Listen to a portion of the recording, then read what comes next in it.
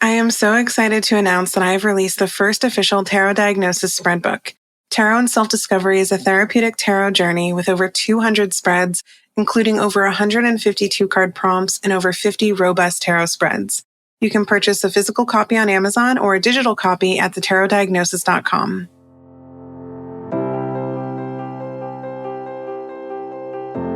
You are listening to The Tarot Diagnosis. I'm your host, Shannon. I'm a licensed psychotherapist, and I also happen to have a love for tarot. Each episode, I invite you to reflect with me as I work to demystify the tarot and the human experience, all while exploring tarot's connection to mental and emotional health.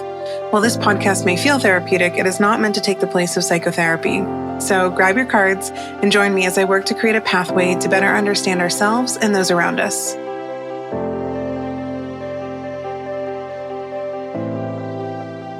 I can't believe 2024 is coming to a close.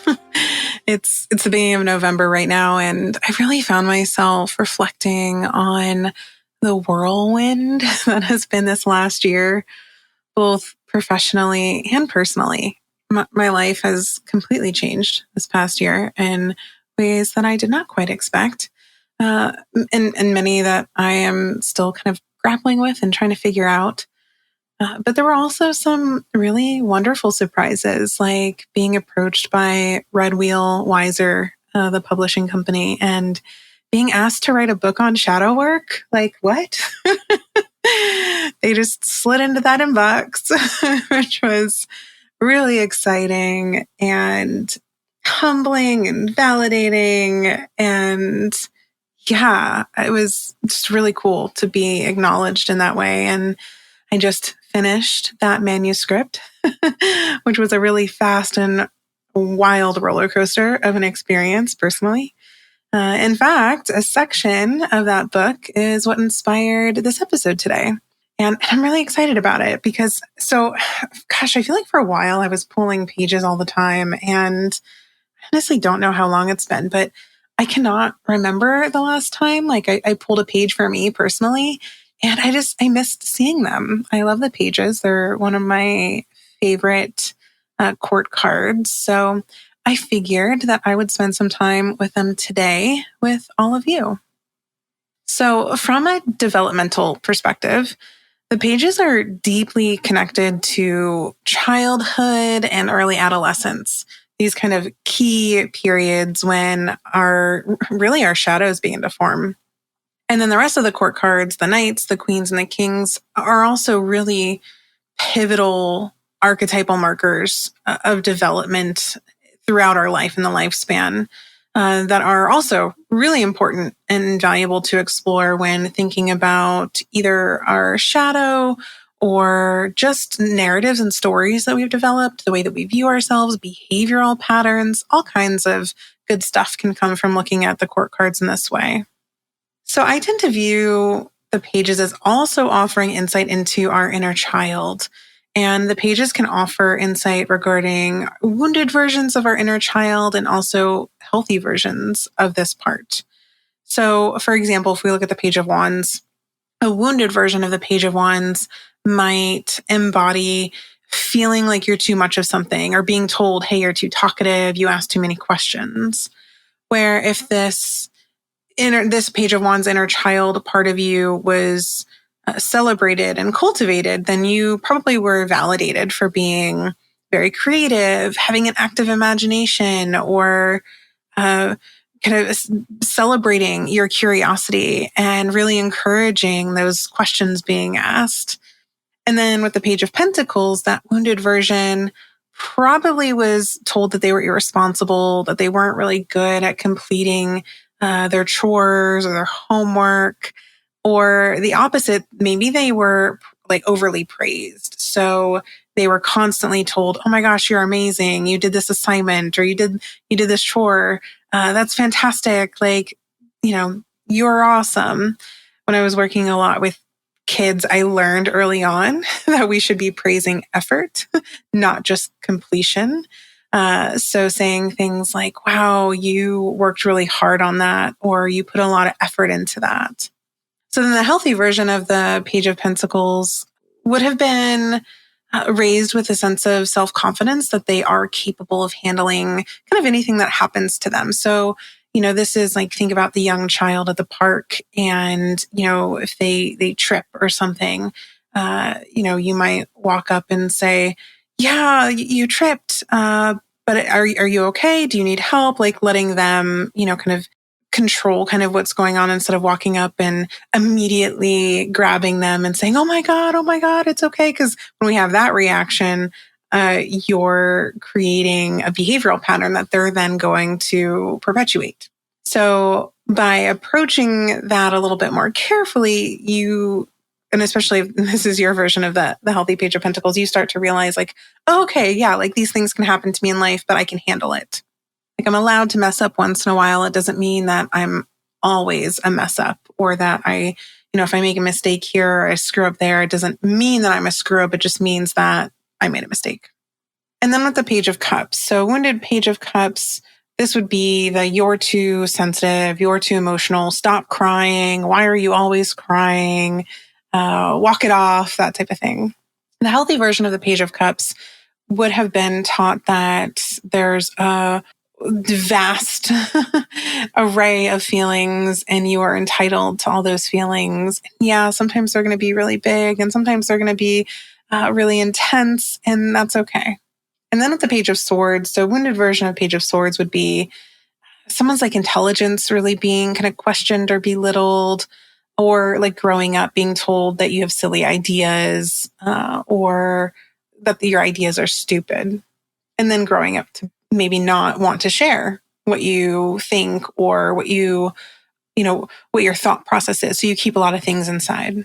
Whereas the healthy version of this would have been cultivated. Like people in your life would have been curious about the way your brain works, the way you think, what ideas you have. And even if those ideas weren't viable, they still would have acknowledged the effort that you put into coming up with those ideas.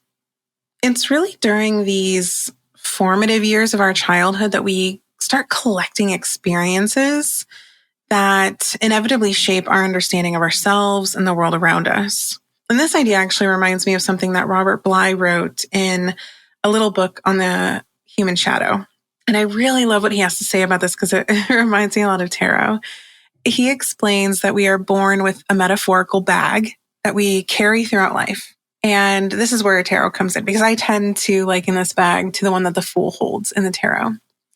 And so then Bly goes on, basically during childhood, parts of ourselves that other people, especially like our parents, teachers, caregivers, people just like in some level of authority are disapproving of us or putting us down in some way or making us feel like whatever we're doing is like wrong, not acceptable. All of these experiences get placed into this bag. And Bly describes this developmental process by calling it bag stuffing. And it says that bag stuffing then continues into adolescence and adulthood.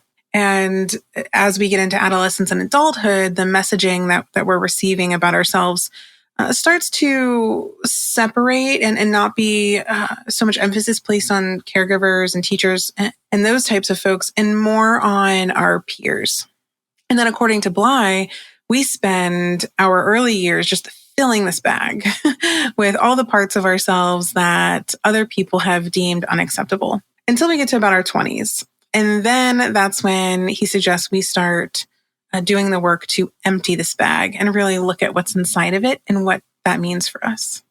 And what's really cool is we can look at the traditional Rider-Waite-Smith imagery in tarot and see that the Fool is carrying a bag over his shoulder. And if the Fool is starting his journey, it makes sense that now it's time to start going through this bag. So if we look at this bag through Bly's theories, we know that it's holding probably at least 20 years worth of shadows and stories. And then the remaining cards in tarot, especially the major arcana, can then help us uncover what those might be or how they've just impacted us. During this bag stuffing phase, Bly says that we start to develop traits and habits and different coping mechanisms in response to the experiences, expectations, and then any limitations that have been imposed on us by either society, our family members, peers, or teachers. And then during this time, certain aspects of our personality then get labeled as undesirable, especially by the people that we consider kind of important and, put, value and weight on their word. And as a result of that, we start to learn to suppress or hide these traits. And that is where shadow material becomes developed. And then the pages in tarot kind of reflect this really critical stage in life in childhood and early adolescence, where things like curiosity and innocence meet these external challenges and expectations. Because each page represents a really specific aspect of our development, which, we can expand on even further. So earlier I was mentioning how each page can represent a wounded or healthy inner child. We can take this now a step further and talk about how, for example, with the Page of Cups, being told maybe you were too emotional, too sensitive, these messages would have led to a disconnection from the way that we feel. And then an internalized belief that feeling anything, having emotions, or being vulnerable is a sign of weakness. And that's where maybe a shadow is created from the Page of Cups. And that really starts to suffocate our emotional authenticity. And because of that, it can lead to a plethora of other issues, like maybe even a lack of empathy for others, feeling uncomfortable with other people's emotions, or really just denying our own feelings. And then with the Page of Swords, a shadow can be formed through the experience of dismissive comments, especially regarding our intelligence or our ideas.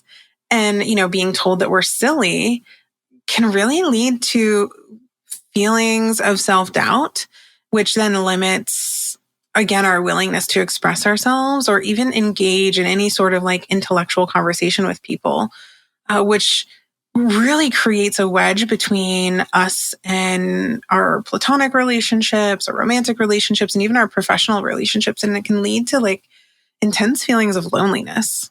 In this type of shadow, it's interesting because it can be twofold. You can have that experience, but then you could also maybe have an experience where you feel like your thoughts and ideas are actually better than others. And then you're the one kind of dismissing anything that doesn't align with your own thought process. And a lot of these cards can have kind of this level of duality attached to them. So yeah, you might hear me talking about things that seem contradictory, but that's what's really cool about tarot is they can have all of these different meanings. So then if we move on to the Page of Wands, again, being told you're too much, too talkative, you ask too many questions, or you have too much energy, for example.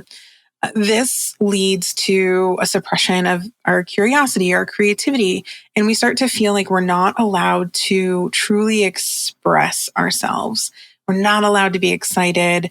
We're not allowed to kind of exist in our body and feel our natural energy in the way that we want to. A lot of people in the neurodivergent community might recognize this as feeling like you're having to mask. Another component of this is, if we were to flip it, is you feel like other people's joy, self-expression, energy is a big inconvenience. So that could also be a projection of a shadow as well. And then with the Page of Pentacles, we know that, this type of bag stuffing experience might relate to being told that, oh, you're so irresponsible, you can never get stuff done, I can't depend on you, and you start to feel really inadequate. The opposite of that is receiving, again, excessive praise, which really leads to feelings of perfectionism. And both experiences or scenarios here end up creating a shadow that undermines the confidence in our ability to just navigate the world around us. So this is where, we might start to feel like paralyzed. Well, we can't move. There's too much that we could do wrong. There's too many options. We've been told that we don't know how to do things right. So we're just going to sit here in analysis paralysis. And then the flip side of this, either a projection or another form of the shadow, could be that you feel like your way is the only way. It's the right way and everybody else is doing it wrong and they should be doing what you're doing. And this really limits the space and ability for other people to connect with you or for you to grow and learn from other people. So I thought it might be fun to go through an exercise in working with what I'm calling the pages of the past. So I figured we could do this together on the podcast. So grab your deck and go through and find all the pages. So you can lay the pages out and you're going to reflect on their shadow elements based on the descriptions I just gave you. And then after you've kind of sat with that for a little bit, I want you to shuffle your deck and then pull out a card to accompany the page that you feel like resonates with you most. And then this card that you pull to accompany that page is going to represent the voice of that page's shadow or that page's wound. And then you're going to do some kind of reflective dialogue with these cards and try to figure out what sort of insights you can come up with. Another option here, which is actually what I'm going to do, is you can pull out all the pages and then blindly pull one to work with. So you'll pull out the Page of Cups, Page of Wands, Page of Pentacles, Page of Swords. And then, so what I'm going to do right now is just shuffle the 4 cards and see which one I'm going to work with. I think that would be more fun. Okay. Page of Cups, of course. So after that, we're going to go ahead and shuffle and pull another card.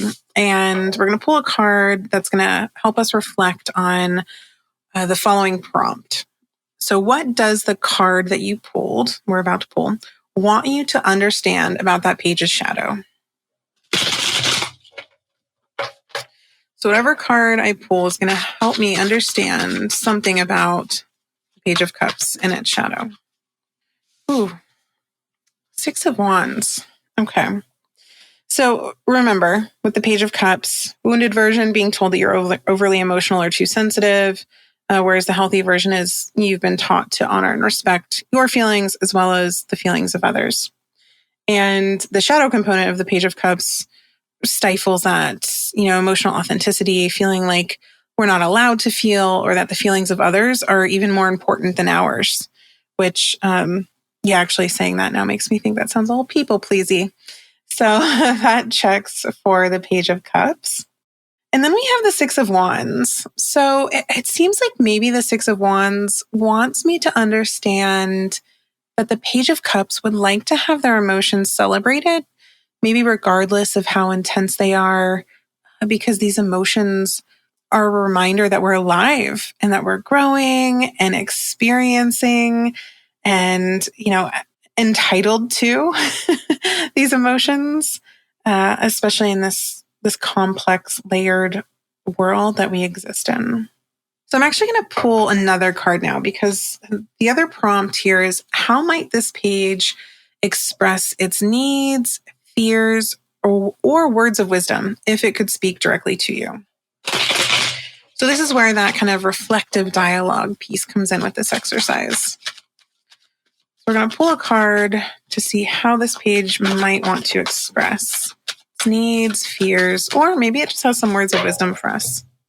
We'll see what comes out. Oh, that's interesting. Okay. King of Pentacles.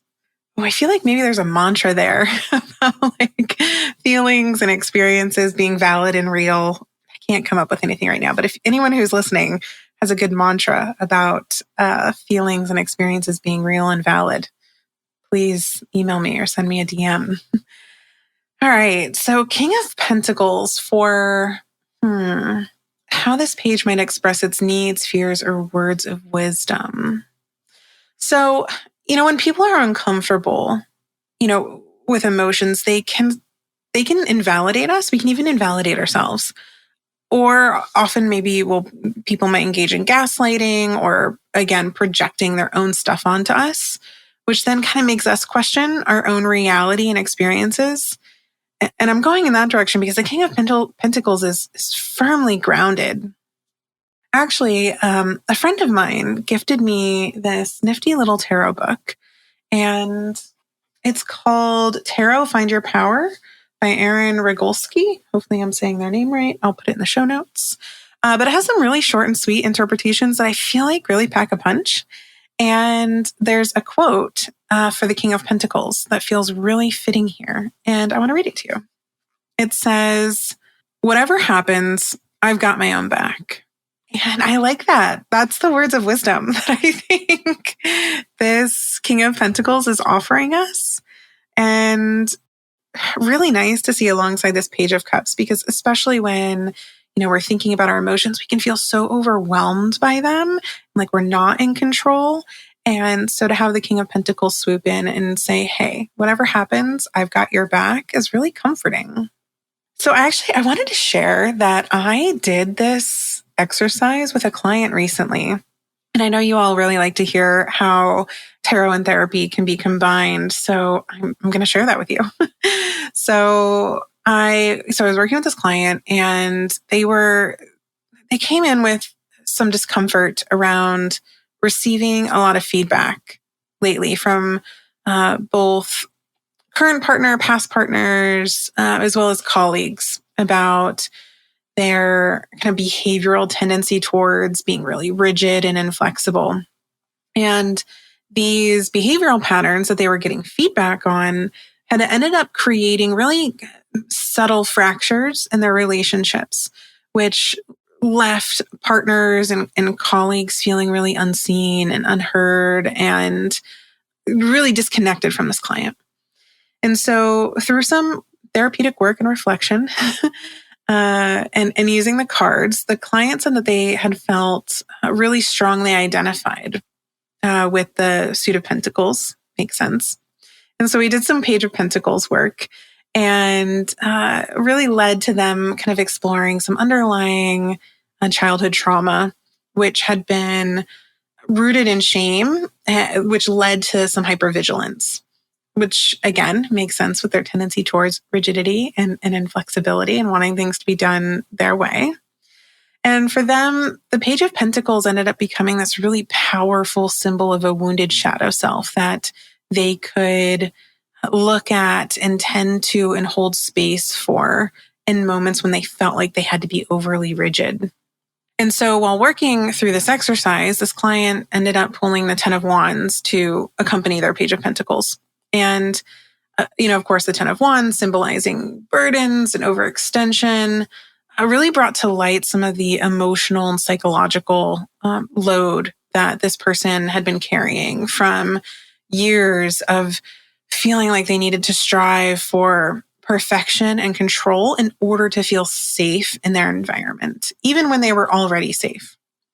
So that 10 of Wands really acted as a mirror, reflecting back to them how their perfectionistic tendencies had become not just a habit, but a burden, and one that weighed really heavily on their ability to authentically express themselves and authentically and vulnerably connect with the people that they really did truly want to connect with.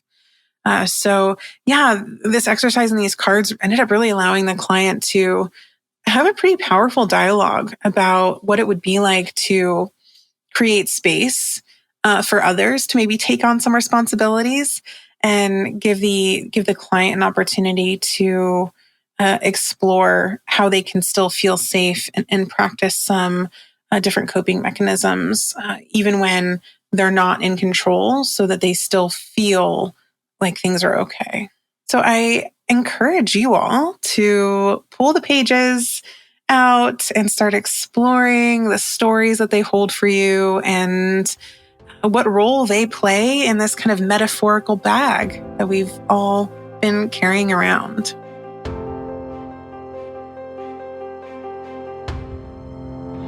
Thank you so much for listening to the Tarot Diagnosis. For more tarot and mental health content, follow the Tarot Diagnosis on Instagram. You can also subscribe to the podcast so you never miss an episode, and sign up to receive the Tarot Diagnosis emails, where you'll have access to exclusive spreads and exciting announcements. To join an incredible community of tarot and psychology enthusiasts, join the Tarot Diagnosis membership community, The Symposium, by visiting thetarotdiagnosis.com.